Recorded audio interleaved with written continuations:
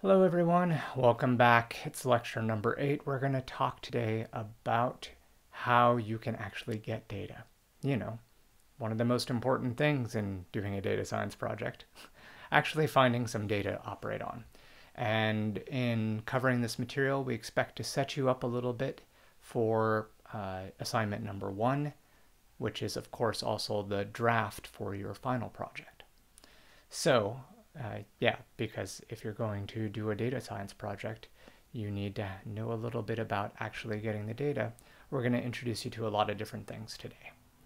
But before we get into that, let's just cover the logistics.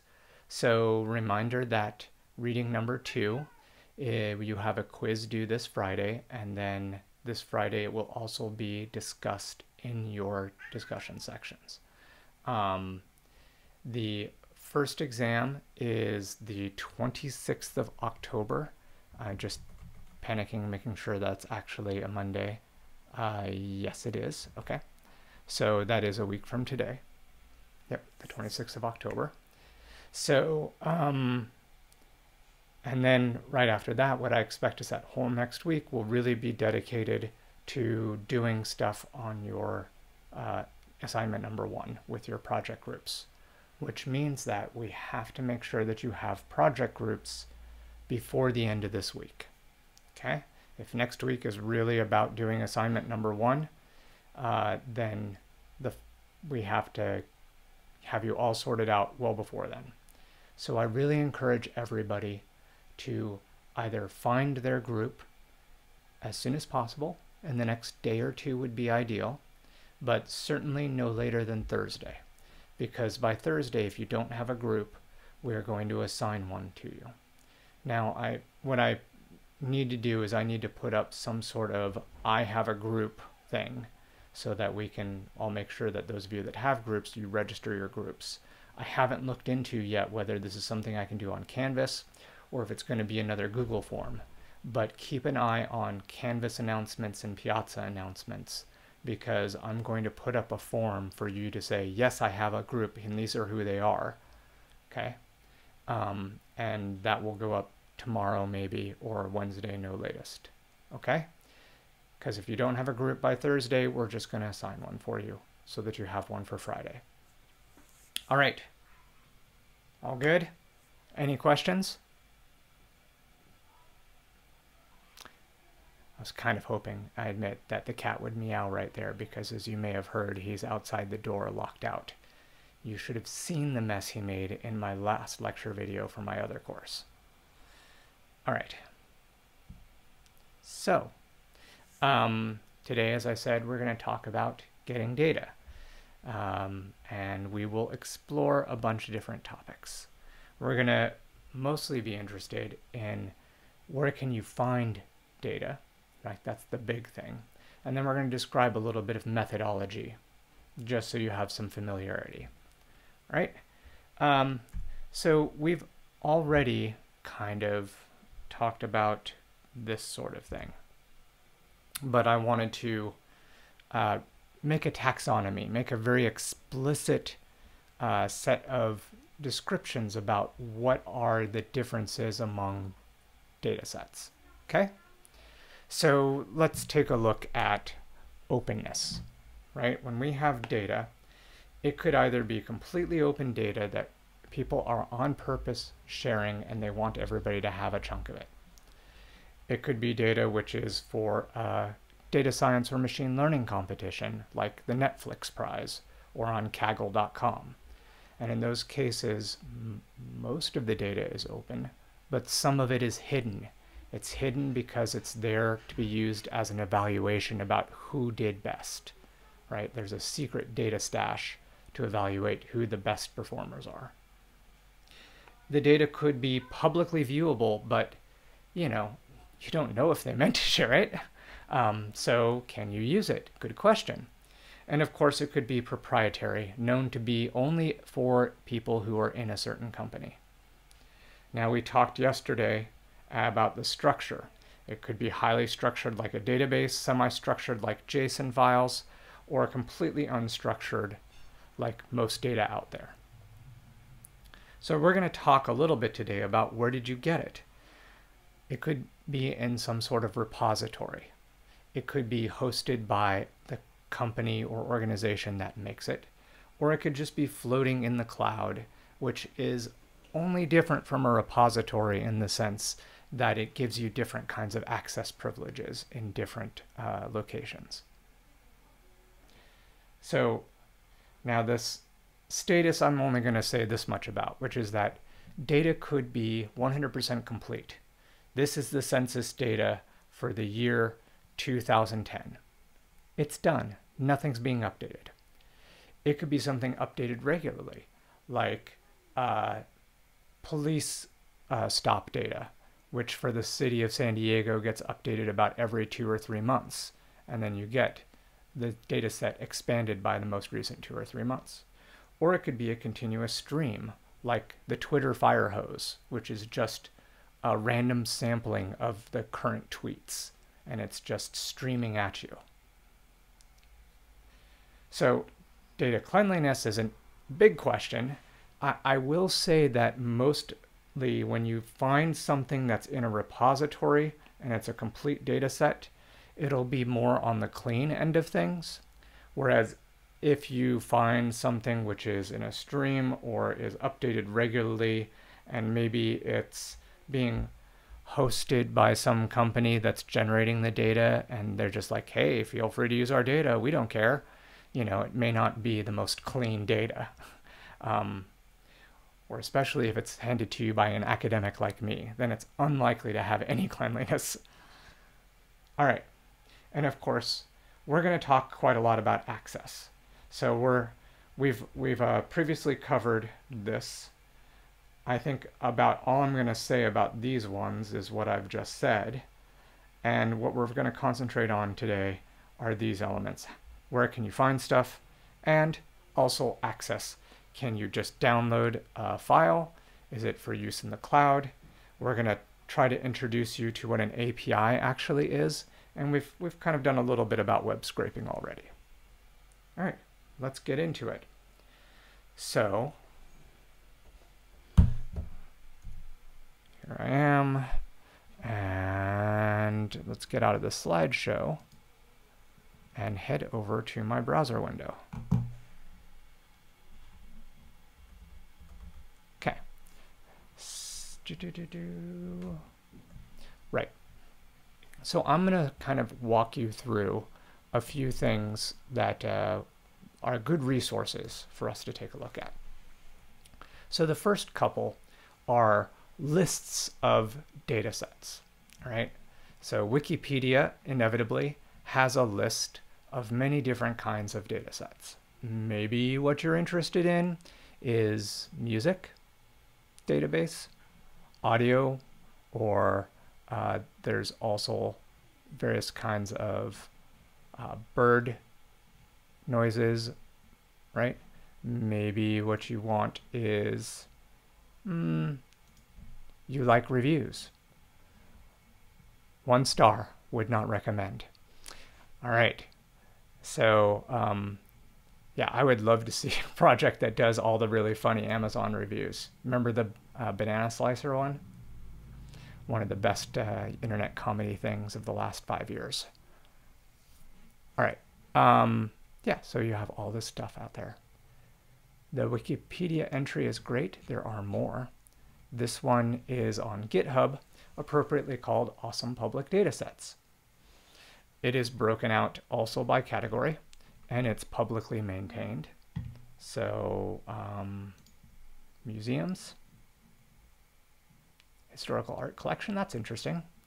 You have natural language, which is kind of a big domain of the machine learning community. You have things that are kind of near and dear to my heart, like Neuromorpho, which has all those elaborate shapes of neurons that people have found underneath microscopes. Brainomics.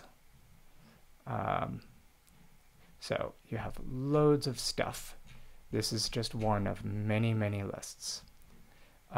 This one is called the OAD, Open Access Directory of Datasets. So you get, in these ones, you get a lot of the science stuff. So astrophysics be very cool to, there's a lot of hardcore signal processing that goes on in trying to understand, is this little tiny dot far, far away actually a binary star or a single star? Those are quite difficult data problems. You have things like, where is it? Geo? Surely it's here. All right, well, Array Express is a way to get gene expression information from old style arrays.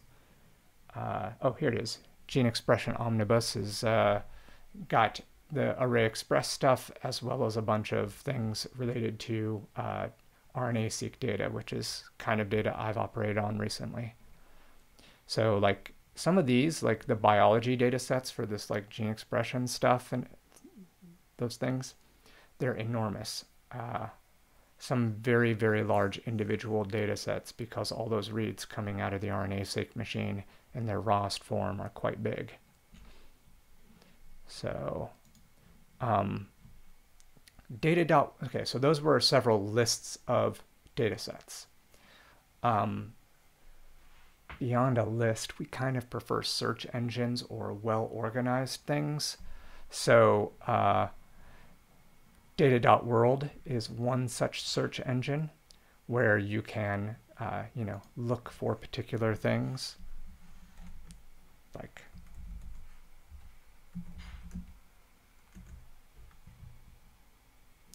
right? So it's Kaggle is another one of these competition data sets, right? So Kaggle is a competition website which sponsors contests which you can earn money in if you're the top. Okay? Oh, look, more football. Come on, Manchester City is run by very rich people. They're only giving you $6,000. Whatever. All right. And then after the competition is done, those data sets continue to remain on Kaggle and can be downloaded and used. Okay, so that's something to think about. It's not just the current competitions that are available to you, but the past ones, you can get a hold of the data. 538 is originally an independent blog, which was about predicting elections. And that's where the number comes from. 538 is the number of electors in the Electoral College here in the United States. And of course, it has loads of data related to elections, but they also do a lot of things with sports analytics. They do all kinds of random stuff. So you can find interesting data sets on 538. If you go to data.538.com right here, then you can see the data. But if you want to see the articles, because what they do is they do analysis with that data, then just go to the front page instead. Okay? So data.538 gives you access to the data that is used to write the articles. All right. What else do we have here? Oh, our university has a lovely little web page in the library, right? Data statistics, and it gives you access to a lot of databases that are run through the library itself, as well as links to things that are publicly available in other locations. So they have a Dataverse to set up on things that are run by UC for research. So those might potentially be interesting to you if you want to do data on terrorism. I didn't know we had that, but there we go. That's what's up there in the featureds. So you can take a look at that. For those of you, I know there's been some interest out there in the discussion about self-driving vehicles. There was at least 2 people that said that. Waymo, who is one of the companies that is trying to bring to market self-driving vehicles, they have an open data set for people to take a look at. So you can do that. It's quite cool.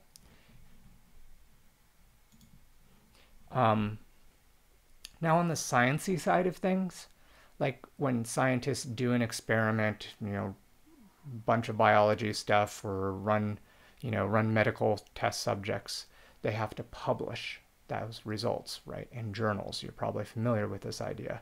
So these high-end scientific journals out there, and in the last few years, there have been a number of services that have popped up to help store the data that goes into publishing a journal. So like you don't just read about it, but that you can go and reproduce it or replicate it and get all the materials and the data and the software for analysis.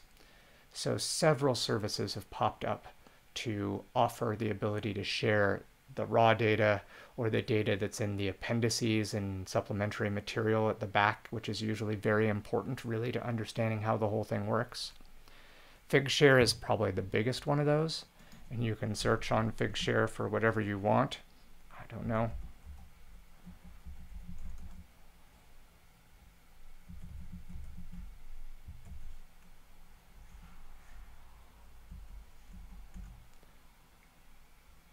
So let's see what we got here. So here's some tools for measuring sleep, wearable devices, some information on wearable devices and whether they offer sleep logging capability for circadian studies, all kinds of stuff. So just a random idea. Another one of these tools is the Open Science Foundation's website that also has this kind of stuff.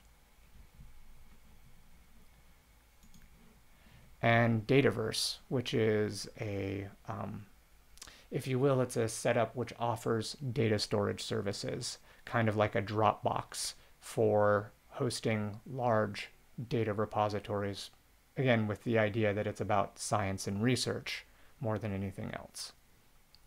Okay, so you can search through the Dataverses and look through these list of repositories. Now, government stuff, right? So data.gov is the United States federal government's data resource. It is huge, and you can search through that and find things. They highlight things that are particularly interesting to people, and right now it's COVID. So, but there's loads of other things.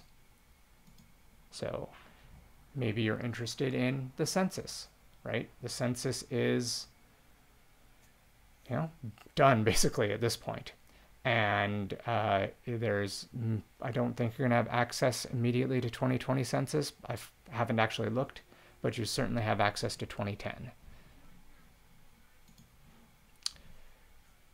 So the Open Knowledge Foundation, the Sunlight Foundation, have teamed together to try to make a list of all these different sub-governments, not the federal government, but state and local governments, which says who is sharing data and who isn't, all right, and what are they sharing. So this list, you can page through all these different municipalities and see which ones of these categories they're actually sharing and what their open data score is. Okay? Now, the city of San Diego does share data, and they do it through an ArcGIS server. So it's right here at data.sandiego.gov. And in here you can find things like information about pothole repair requests or graffiti removal. You can find things like the drinking water quality, okay? You can find things, I don't know what's in culture and recreation, lists of special events, geographic locations of San Diego parks and libraries. And maybe of interest is the policing data set, which is here. No. Public safety? Yeah, police calls for service, right? Traffic collisions. So I used the traffic collisions data during the lockdown, And you could see, of course, a very steep, clear drop in traffic collisions during lockdown, and then it was slowly returned back. So nothing particularly amazing, but you can do stuff like that. Right. Now, I mentioned the idea that sometimes data can be in the cloud. And this can be important to you depending upon how you're operating on data. So there are a number of cloud services for computation, right? All the computing you do to make an analysis doesn't have to be right here on your desktop or laptop or iPad or whatever. So companies like Amazon, and especially Amazon, host computers that you can use. So if you want to do a big computation, not just you, but many companies pay Amazon, and Amazon lets you use their computers. In fact, I don't remember the proportion, but a large chunk, or maybe the biggest chunk of Amazon's money making is not in selling you stuff. It's in selling people computing services and storage. They have the biggest server setup of anybody. So they know how to run servers, and they run servers not just for themselves, but they run servers that are where people and companies buy time on those computing services. Okay? And like half the internet that you use, half the apps you use, they're set up on Amazon AWS, which is how you pay Amazon to use their computers. All right, so if you use data which is stored in Amazon's cloud, then it makes it a little bit like one step easier to get the data into your Amazon compute unit. Okay, so when you buy a server from Amazon to use for this hour, then it's just a smidgen easier to use the data that comes already in AWS cloud, in the S3 storage of Amazon.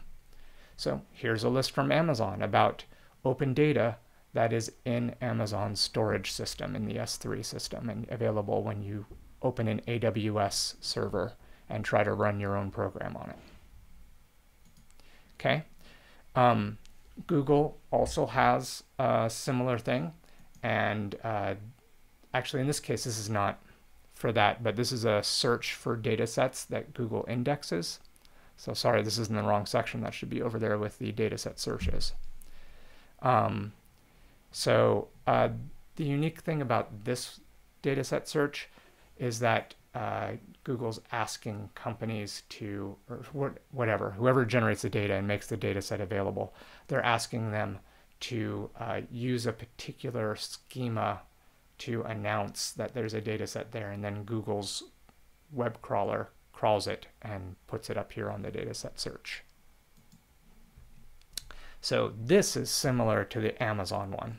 So Microsoft Azure is another cloud thing, and particularly it's about a cloud about computing, so you can do compute stuff, pay Microsoft to run on their servers, just like Amazon's.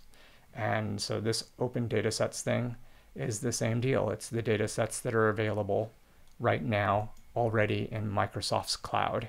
So we can get some information about harmonized Landsat. I don't know what it is. So comes in 30-meter resolution from 2013 up to the present. Okay, describes the data set, etc., etc. And so this is available to you when you're computing in Microsoft's cloud directly. It's a little bit easier to use. And of course, you can use data from their cloud from outside Microsoft or Amazon servers.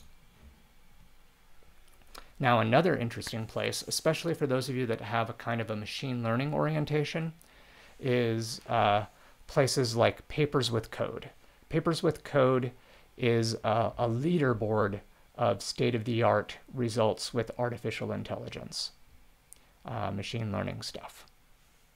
So these data sets are not data sets to solve a problem. It's not like, it's not things like, oh, what's going on in, the weather right now in these regions, or it's not what is going on with policing in Atlanta, Georgia.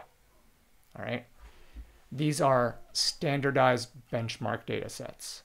Some of them are very simple and kind of toy in their nature, and many of them are quite hard and difficult real-world things like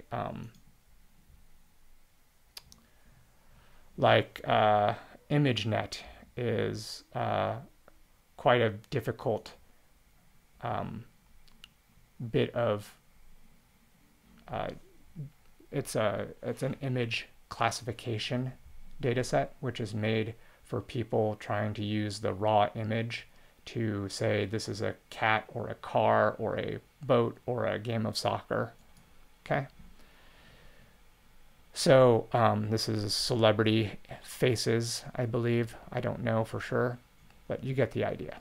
So for all of these data sets here, what you can see is what is the performance level? What is the state of the art for dealing with CFAR 10, right?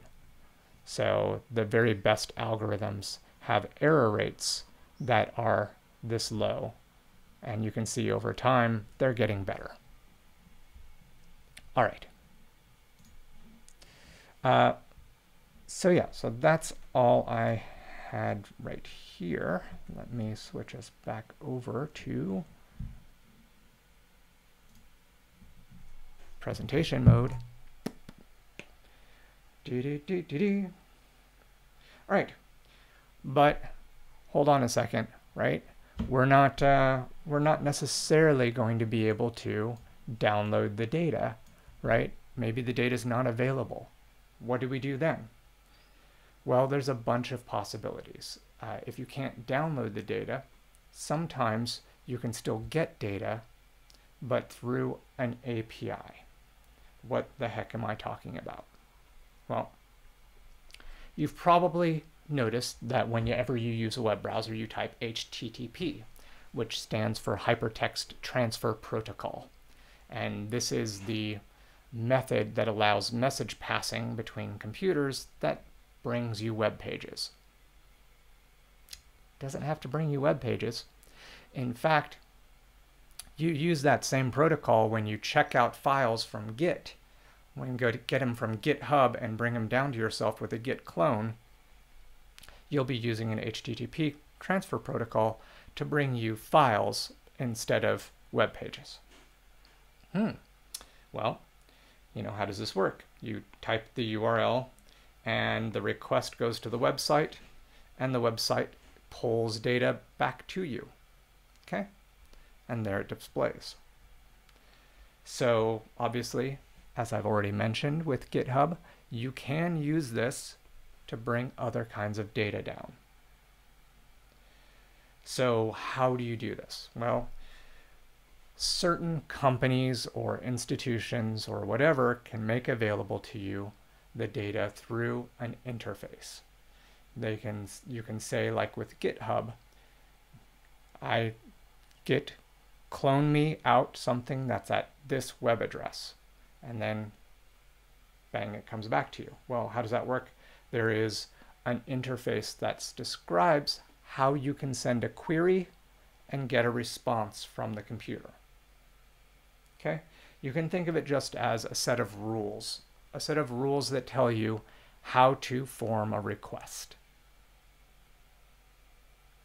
So, and the way the requests travel is through HTTP. It's something that you don't need to worry about the detailed mechanics of, but just that you can form it essentially the same way as when you type something into the web browser. You know, you put the address google.com/whatever, right? So you're going to do the same thing. You're going to say github.com/JasonGFleischer/dumbcode. Okay.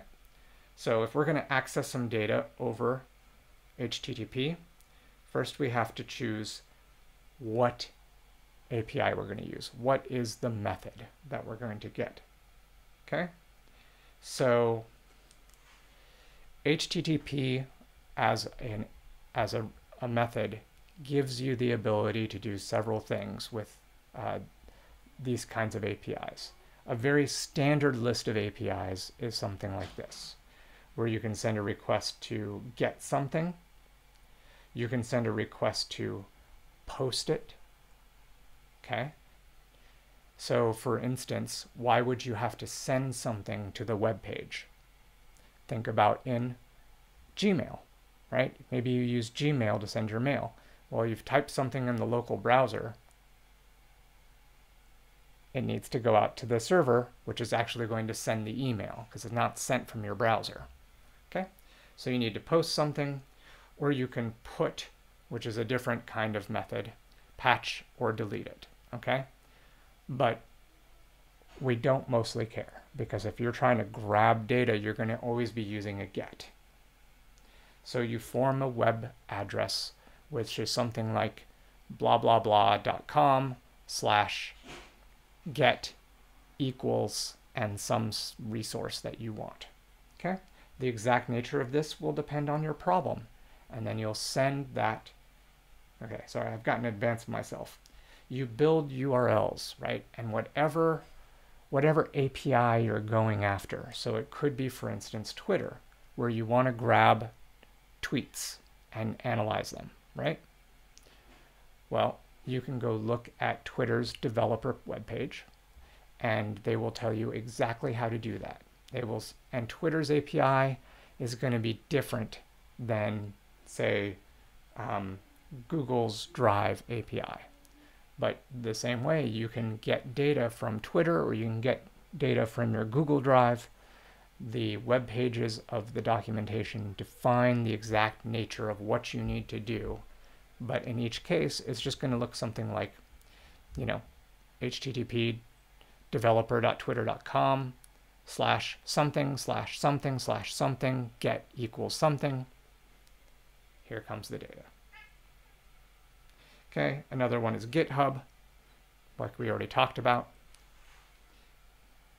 Okay, so one thing to note is that the APIs do change. So they get revised and updated all the time. Do make sure that you understand which version you're using. You may need to specify which version you're using. You may get hosed that an old program that you were using now is no longer available because the API is updated. So now what happens when you send a request to Twitter and they start sending you the tweets? Well, it's going to be returned in a JSON format almost always. As I said, it's a semi-structured thing. We've talked a little bit about it. And inside it, it's going to be text that you can read, and it's going to have variables as keys and the data inside the variable as a value. And there are programs out there that will just suck that up for you and parse it out and drop out nice data structures into your Jupyter notebook. Okay. So along the way, you have to verify who you are. So when you use these APIs, they generally don't let you be anonymous, right? Because for a variety of reasons, you can do evil essentially with a company's data, right? So they want to keep track of who's got a hold of the data. You can also hurt the company by banging their servers. Like if you just send requests as fast as is possible with your computer, eventually you can cause enough requests to slow down their server. And that's called a denial of service attack. And that is the main way that hackers try to extort money out of companies. They're like, if you don't pay us money, we're going to send requests until your servers fall over, right?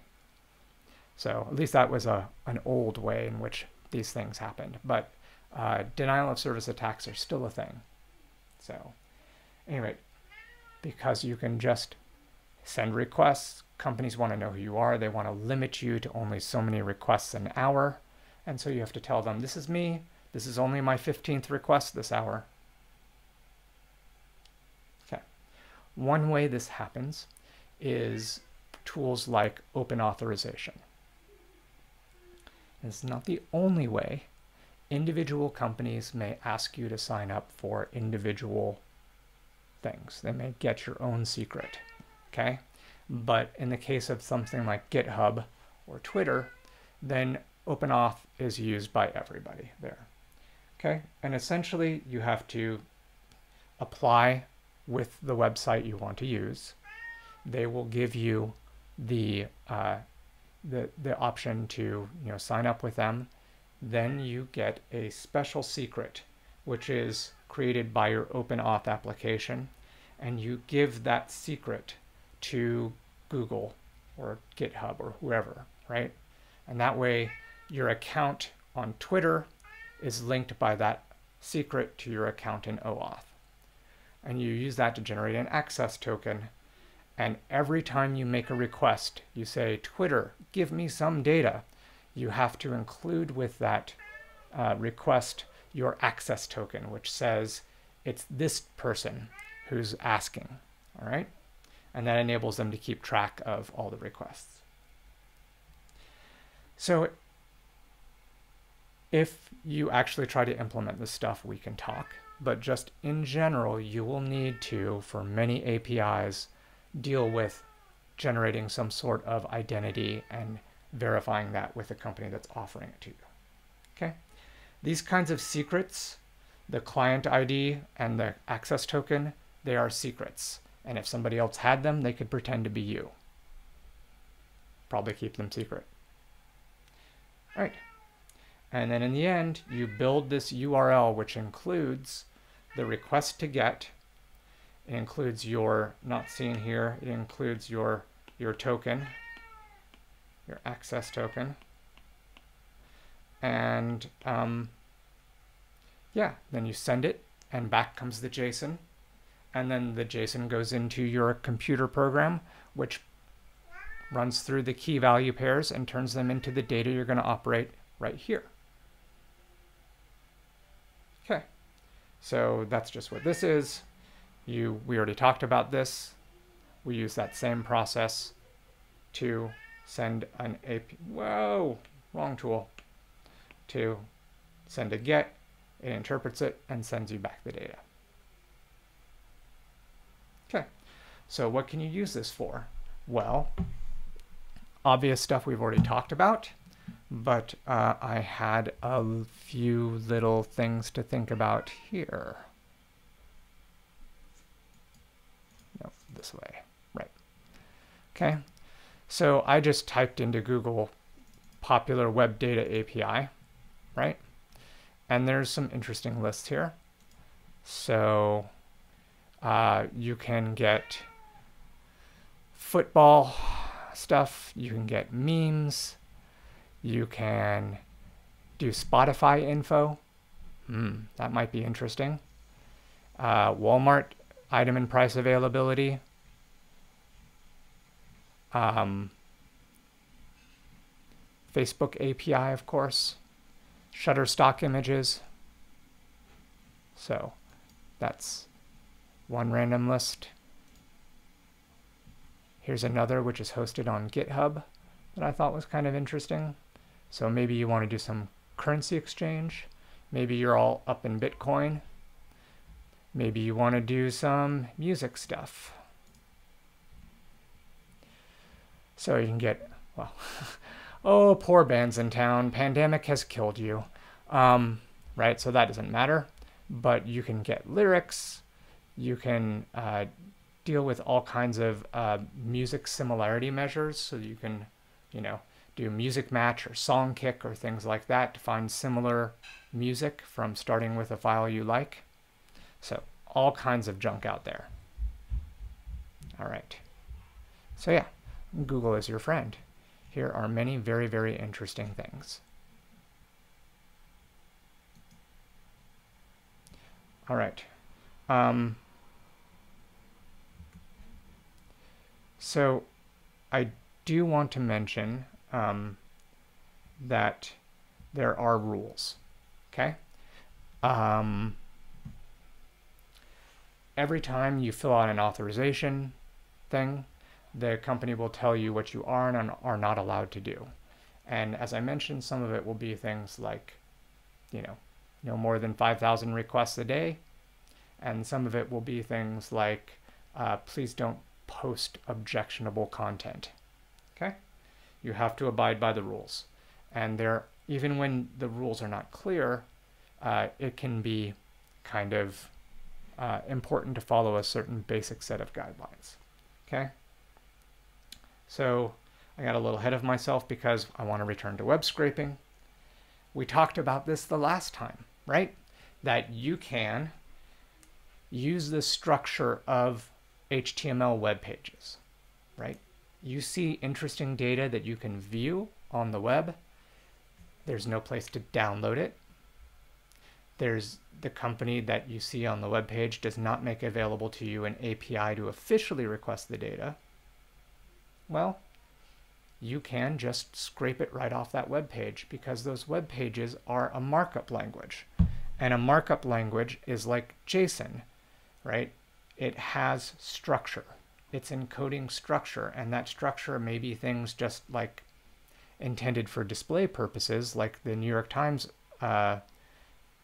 article that we used as an example, but that still means that you can use that structure to grab a hold of little chunks of the text and say, this is the date, and this is the actual tweet, okay?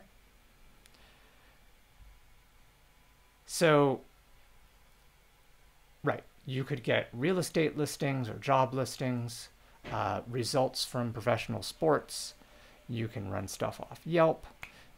Companies and individuals do this all the time. So, in fact, web scraping seems to be accepted practice, but the legality of it is different in different countries, and the ethics of it definitely can get murky. So let me give you a few examples back over here. Maybe most important is the legality, right?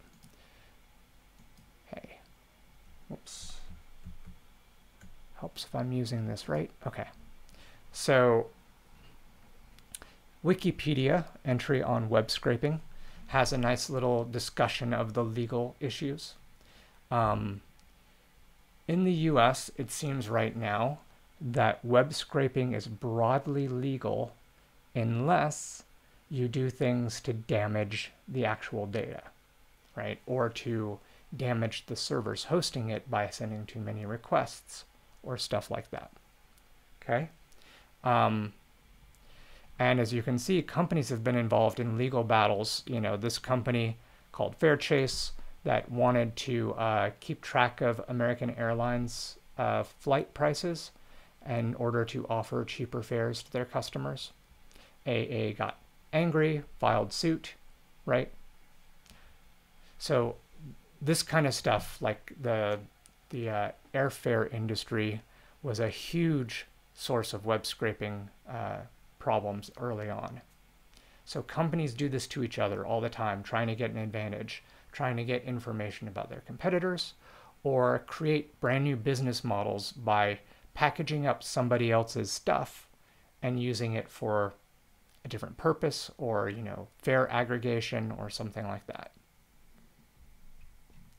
Okay, but generally it seems like right now in the US, there's no clear illegality to web scraping as a general practice if it's done right. Things are a little different in the EU, where there is quite a lot more concerns about this kind of stuff, but generally still gets on. So, however, besides legality, just because it's legal doesn't mean it's ethical. This is a really nice article that I can recommend, Ethics in Web Scraping. I was quite fascinated by it, but you can basically make sure that if you are web scraping, that you're nice about it, right? If possible, use the public API. Not only is that better because then the company knows, but it's probably easier than scraping. You always try to make sure that they know it's you, right?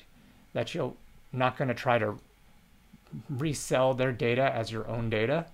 These kinds of things, you know.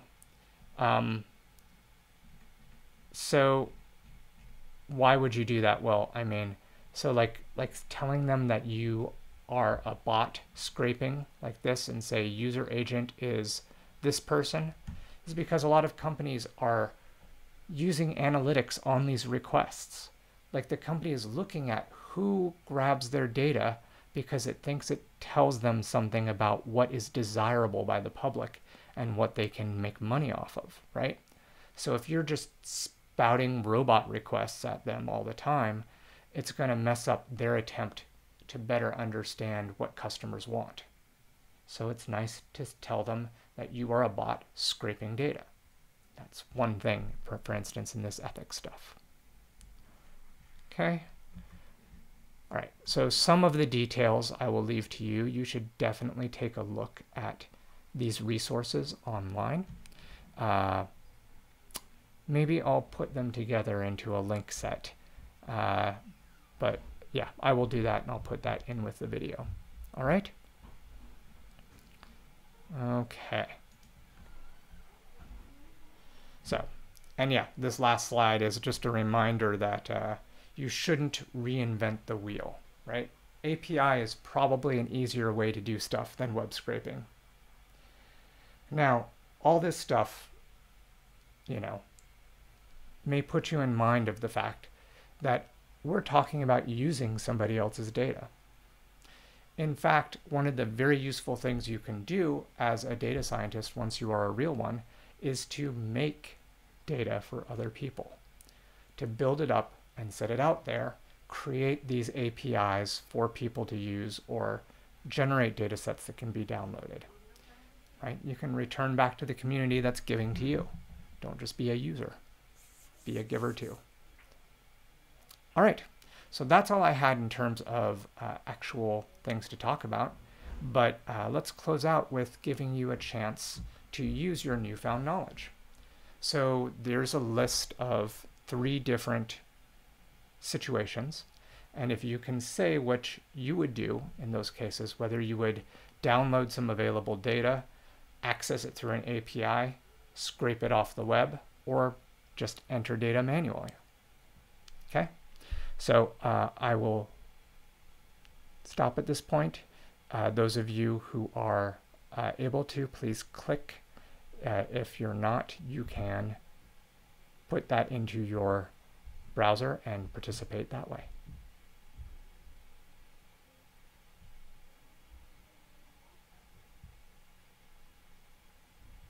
And all 3 of those questions will be available for you at that Google form. All right, everybody, thank you for showing up. I hear my 5-year-old running towards the door right now, so that's nearly perfect. And I will talk to you another time. Bye.